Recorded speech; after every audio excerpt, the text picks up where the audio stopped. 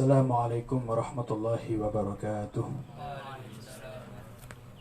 Bismillahirrahmanirrahim.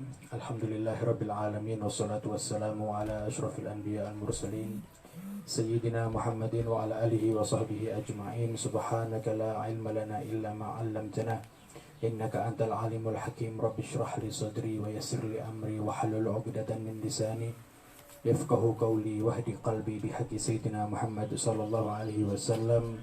Amin ya rabbal alamin. Amma ba'du. Alhamdulillah, pada sore hari ini kita masih diberi hidayah, masih diberi petunjuk oleh Allah Subhanahu wa taala, sehingga pada sore hari ini kita bisa melaksanakan kegiatan kita di sore hari di bulan Ramadan, yaitu kita melaksanakan program Rauhah di bulan Ramadan, mengulas kitab tasawuf, yang mana pada program ini kita membaca salah satu daripada buah karya Al-Imam Al-Ghazali, yaitu kitab Bidayatul Hidayah. Hari sekarang kita lanjutkan kajian kita pada pertemuan yang lalu, yaitu masih di dalam bahaya yang harus kita jauhi dari vitamin yang ke-8, al-mizahu wa sukhriyatu wal istihza'u bin nas. Bercanda yang buruk, wasukhriyah, dan juga merendahkan orang, wal istihza'u bin nas, dan menghina orang. Ini harus yang kita jaga daripada lisan kita. Jangan sampai kita menghina, merendahkan, dan juga bercanda yang keterlaluan atau bercanda yang buruk. Fahfadh lisanaka minhu fil jiddi wal hazal. Maka betul-betul jagalah lisanmu daripada itu tadi, keadaan serius maupun dalam keadaan bercanda. Fa innahu yuriqu ma'al wajh, karena itu bisa daripada kehormatan seseorang. Wa yusqitul mahabah, dan juga bisa meruntuhkan daripada kewibawaan seseorang.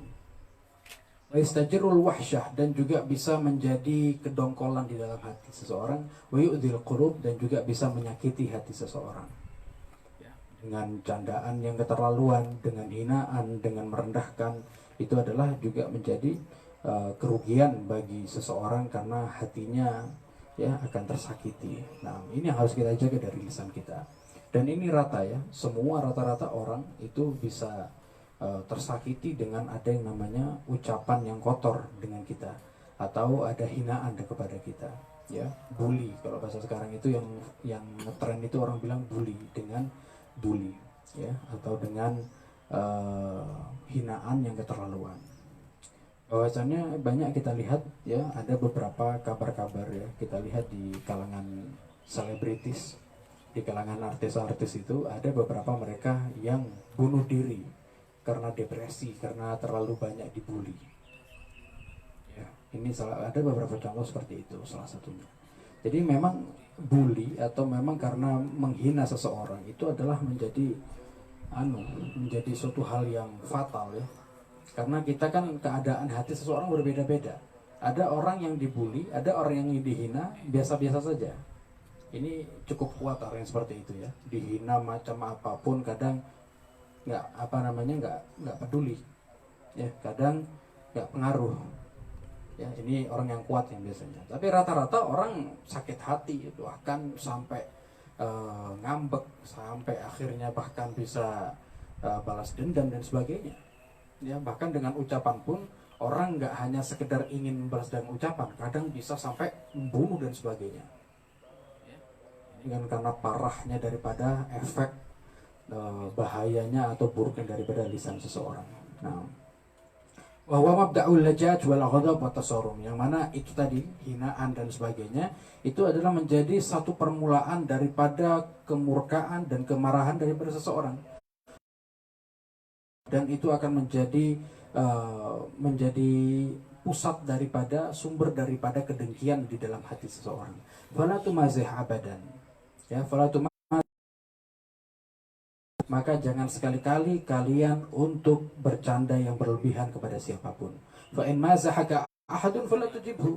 Nah, ini menjadi satu trik dari, kalau misalkan kamu dicandain sama orang, kalau kamu diajak bercanda yang berlebihan kepada orang, maka fala tujibhu, maka jangan kamu jawab. Jangan kamu balas dengan ucapan yang lebih buruk kepada dia. Nah, Wa a'rid anhum hatta yakhudu fi haditsin ghairihi. Bahkan kamu beralihlah sudah, kamu minggir sudah dari orang seperti itu ya, sampai dia membahas daripada hal yang lainnya. Wa kun minal ladzina idza marru bil lagwi ma marru qirama, ya. Jadilah kamu semua menjadi orang yang jika ada orang yang berlaku yang tidak baik, maka kamu harus menjadi berlaku yang baik, ya. Jangan yang dibalas dengan tidak kebaikan, nggak ada selesainya. Api dibalas dengan api, ya, malah nggak ada selesainya. Api apalagi dibalas dengan minyak gas, dengan bensin, dengan bahan bakar, malah nggak ada selesainya. Akan tetapi kita harus menjadi air, ya, air dengan jika ada api di depan kita, kita harus menjadi air. Maknanya air ini adalah kebaikan. Jika ada suatu tidak kebaikan, kita balas dengan kebaikan. Ya, inilah adalah ajaran Islam. Lisan, maka ini semua adalah menjadi satu perkumpulan yang kita sebutkan kemarin ya, ada 8 jenis, 8 perkara yang harus kita jaga dari lisan kita. Itu adalah kumpulan daripada penyakit-penyakit lisan. Wala yu'inuka alaihi illa al-uzlah aw mulazamatus samat. Ini ada satu tips daripada Al-Imam Al-Ghazali. Kalau kamu terlindung dari itu semuanya, ya, kepingin kan kita terhindar dari itu semuanya, kata beliau, satu obatnya hanya uzlah, berdiam diri dan terus diam. Ya, mungkin kalau kita berdiam diri sulit ya. Kita ada pekerjaan, kita ada kegiatan, ya, yang masih sekolah. Maka yang namanya uzlah, yang namanya berdiam diri, bertapa itu sulit di zaman sekarang. Nah, maka bagaimana caranya? Mulazamatus samat. Maka diam sudah. Diam, ya, betul-betul kalau misalkan ada ucapan yang penting yang perlu diucapkan, maka itu yang kita ucapkan. Faqad kana Abu Bakr as-Siddiq radhiyallahu ta'ala anhu yada'u hajaran fihi liyamna'ahu dzalika fil minal kalami bighairi darurah. Ini coba kita lihat satu panutan kita, ya, manusia yang paling afdal setelah Rasulullah sallallahu alaihi wasallam.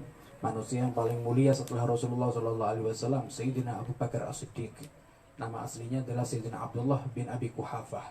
Ya, disebut sebagai Abu Bakar as-Siddiq. Luar biasa, manusia yang paling mulia setelah Rasulullah. Beliau juga menjadi khalifah setelah Rasulullah, ya. Apa yang dilakukan beliau? Padahal kalau sudah sekelas Sayyidina Abu Bakar as-Siddiq, nggak perlu diragukan lagi daripada kemuliaannya.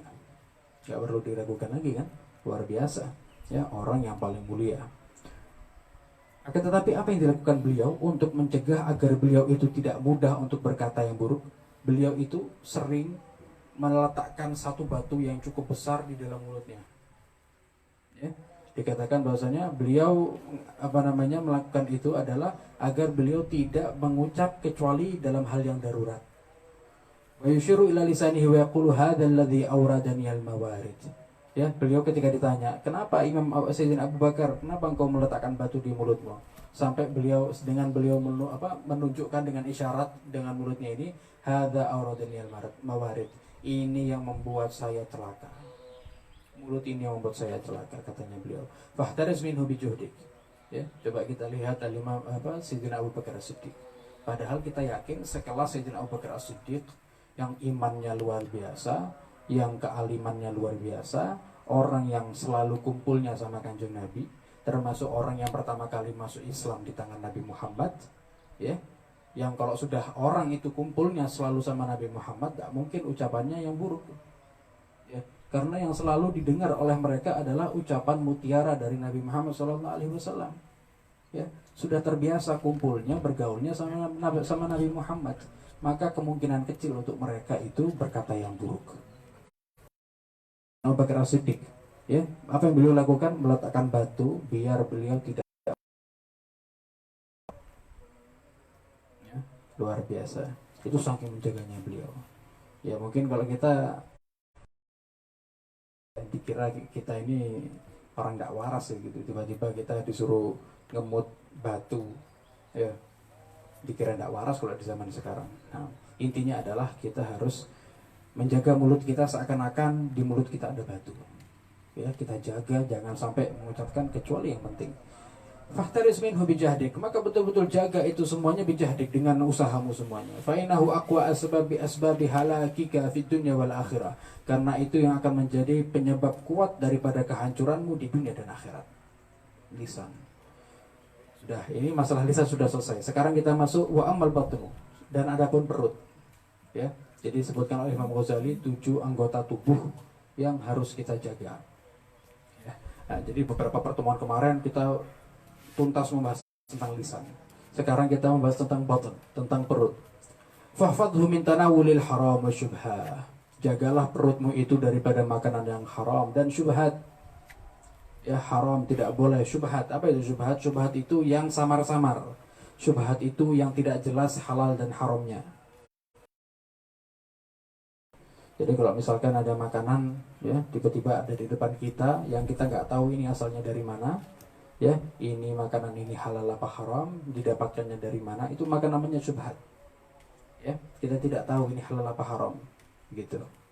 Ya, ataupun kalau misalkan kita nemu makanan di rumah kita, biasanya kalau makanan di rumah kita kan halal untuk kita semuanya kan, boleh kan? Nah, insya Allah kalau begitu bukan syubhat namanya. Nah, akan tetapi syubhat ini mungkin lebih begini. Misalkan antum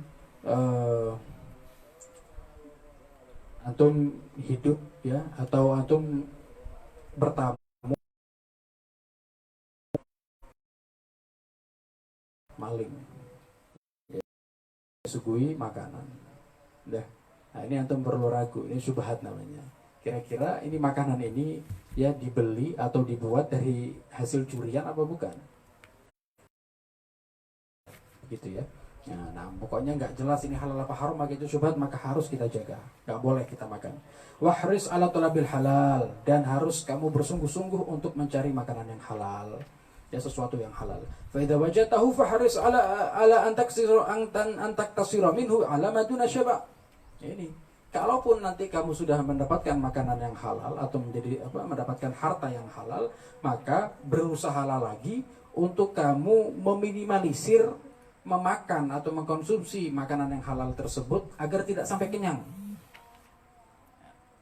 Pertama, kita harus menjaga makanan atau harta yang kita dapat harus halal. Setelah kita mendapatkan yang halal, yang harus kita jaga lagi apa? Jangan sampai dari makanan yang halal itu kita kekenyangan dengan makanan tersebut. Boleh kita makan kenyang-kenyang. Kalau kenyang-kenyang itu malah nggak beres nanti. Bagaimana kalau kita sampai kenyang? Fa inna syab'a yuqsil qalba wa yusidu dhihna wa yubtilul hifdha wa Kata Imam Ghazali bahwasanya kalau sudah kenyang itu bisa mengeraskan hati. Keras hati itu gimana? Kalau kita dikasih nasihat susah mau nerima. Kalau ada ilmu begini kita susah mau nerima. Itu kalau hati itu keras. Wa yusidu dhihn, dan bisa merusak otak. Bisa merusak pikiran kalau orang itu sering kenyang terus hidupnya. Ya, lapar dikit makan sampai kenyang, lapar dikit kenyang lagi, sampai tuntas, sampai full perutnya. Ini bisa merusak otak, bisa merusak pikiran. Wayabtulul hifdz, dan juga bisa merusak hafalan. Misalkan panjenengan hafal Al-Qur'an, ya, lagi menghafal Al-Qur'an atau menghafal apapun, itu bisa rusak hafalannya. Wa yuthqilul 'udhu 'anil ibadah wal ilm, dan juga bisa memberatkan anggota tubuh dari ibadah dan mencari ilmu. Berat rasanya, ya. Kalau sudah ada majelis ilmu berat rasanya itu hadir majelis ilmu. Ya, untuk ibadah berat rasanya, mau taraweh berat. Makanya kalau kita tuh banyak makan berbuka, rasanya berat untuk taraweh. Ya, jadi kesimpulannya apa? Kenapa kok di zaman sekarang ini dan juga dari dulu orang-orang itu kenapa kok malas sholat taraweh? Taraweh itu merasa berat, berarti bukannya terlalu kenyang. Berarti sumbernya itu di situ. Ya, kalau kita kepengen tarawehnya itu enak, enteng, ya jangan terlalu kenyang bukannya. Jangan balas dendam, kayaknya kamu tidak makan seminggu, padahal tidak makan cuma 14 jam dok. Nahan dari subuh sampai maghrib. Kayaknya nggak makan seminggu gitu. Ya, ada 3 menu, soto, rawon, pecel, semuanya dijadikan 3 ronde. Ya, soto 1 piring habis pindah rawon, rawon habis pindah pecel. Udah gitu ada es campur 3 gelas lagi. Ya, ada ada cemilan lagi, ada gorengan, ditambah lagi gorengan. Ya, sampai rasanya mau muntah baru berhenti. Ini manusia zaman sekarang. Ya, gimana tarawehnya tidak mau malas, gimana tadarusannya mau rajin. Ya, gimana tarawehnya mau semangat kalau misalkan begitu. Nah, itu sudah ketemu kita. Ketemu sudah alasannya kenapa kok orang malas taraweh, karena kekenyangan ketika berbuka salah satunya. Wa yaqwi syahwat wa yansuru junud syaitan. Tidak hanya itu, bahkan dengan kita kenyang, itu bisa menguatkan syahwat kita. Ya, syahwat kita semakin kuat, ya. Wa yansuru junuda syaitan, dan juga itu semuanya kalau sudah orang itu banyak kenyang sehingga bisa membantu daripada tentara-tentara syaitan. Syaitan itu semakin mudah mengganggu kita kalau kita itu kenyang. Gampang sudah. Makanya syaitan itu paling sulit untuk mengganggu kita nih kalau kita sedang lapar, ini paling sulit. Makanya di bulan Ramadan ini, karena salah satu keistimewaannya kan syaitan di apa namanya, dibelenggu, atau ada yang mengatakan dibuang ke laut. Tapi ada sebagian ulama mengatakan sebenarnya syaitan itu nggak ada yang dibelenggu, nggak ada yang dibuang. Cuman syaitan itu semakin sulit untuk mengganggu manusia karena mereka sedang puasa. Maksudnya mereka itu wasufidat syayatin, kalau dalam bahasa hadis yang begitu. Dan syaitan itu dibelenggu. Maksudnya apa? Syaitan itu, ada sebagian ulama yang mengartikan, yang menafsiri adalah bahwasanya syaitan itu terbelenggu dengan sendirinya. Maksudnya syaitan itu akan sulit dengan sendirinya untuk mengganggu manusia karena manusia itu dalam keadaan lapar. Ya, kalau lapar gitu, justru sulit syaitan. Ya, justru sulit syaitan. Makanya kalau kita puasa ini kadang lebih enteng untuk melakukan ibadah. Ya, mau baca Al-Quran, ya mungkin bisa jadi Al-Quran kita lebih rajin bacanya ketika kita puasa daripada di luar bulan puasa. Ya, kita ada melakukan amal-amal ibadah, baca wirid, baca zikir, untuk melakukan amal ibadah lain itu lebih enteng ketika kita lapar, kita puasa daripada kita dalam keadaan kenyang.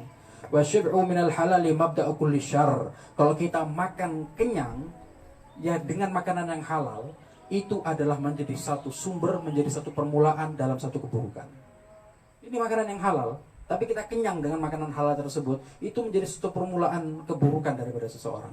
Fakaifa minal haram. Kata Imam Ghazali, bagaimana kalau misalkan itu dari makanan yang haram?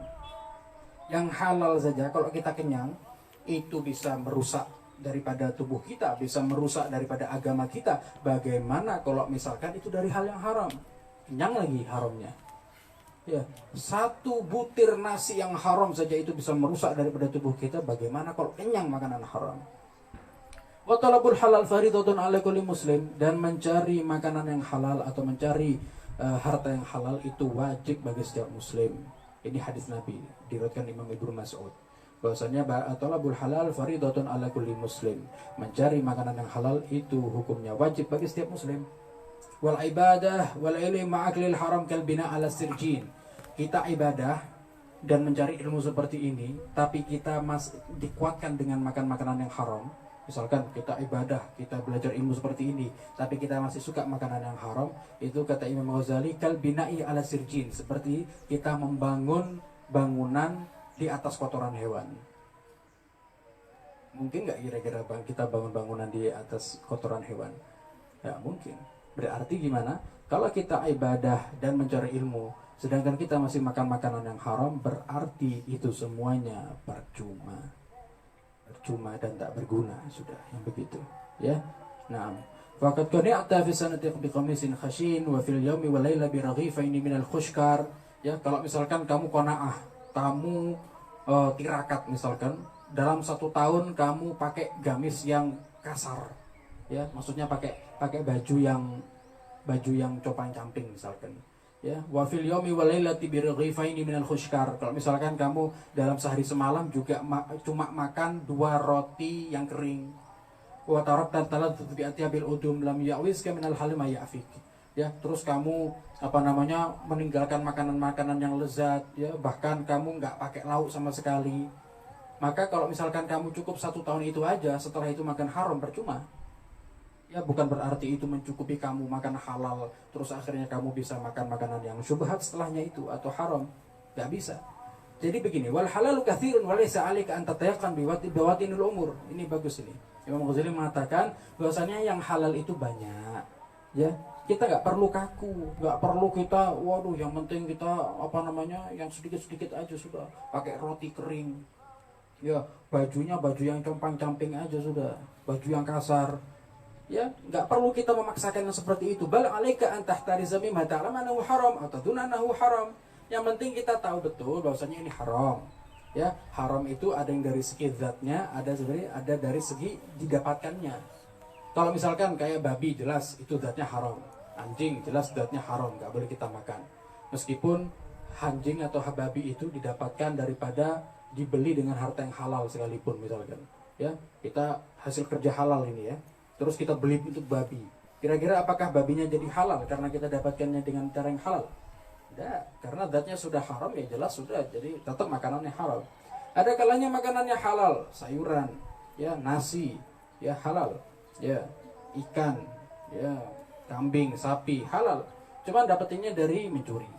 Atau misalkan kita dapatnya dari riba, ya, maka yang asalnya halal menjadi haram. Intinya begitu saja sudah, patokan kita di situ aja sudah. Yang penting kita yakin ini halal dan bukan haram, makan. Ya, mau makanan yang enak, enggak enak, selama itu kamu mau makan, ya makan aja, selama itu halal. Selesai gitu aja, simple. Ya, maka itu termasuk kamu orang yang zuhud, termasuk orang yang wara'. Wara' itu apa? Orang yang meninggalkan hal yang syubhat. Intinya kita jaga ini, kalau ini haram jangan dimakan. Nah, amal ma'lum fa zahir, kalau misalkan itu sudah diketahui ya jelas makan enggak apa-apa. Wa amal madrun bi alamatin fa huwa malu sultan wa amalihi wa malu man la kasbalahu illa min nihayah aw bai'il khamr aw riba aw al mazamir wa ghairi dzalik min alatil lahwil muharramah. Kalau misalkan juga menjadi diragu-ragu ini halal apa haram ya. Salah satunya apa? Harta daripada pemerintah. Harta daripada pemerintah atau harta daripada kekuasaan suatu pemerintahan atau raja, ya, atau daripada pegawai-pegawai raja. Ini maka dari Imam Ghazali cukup cukup keras di sini, maksudnya cukup ketat di sini mengatakan bahwasanya harta daripada pemerintah itu cukup diragukan kehalalannya, ya, termasuk dalam syarah Marokil Ubudiyah ini Syekh Nawawi Al-Bantani menjelaskan di sini ada pendapat beberapa ulama tentang harta pemerintah atau bantuan daripada pemerintah. Maka ada yang mengatakan haram karena kalau untuk zaman sekarang ini cukup mengkhawatirkan harta-hartanya pemerintah ini karena ditakutkan di situ ada diambil daripada kezaliman.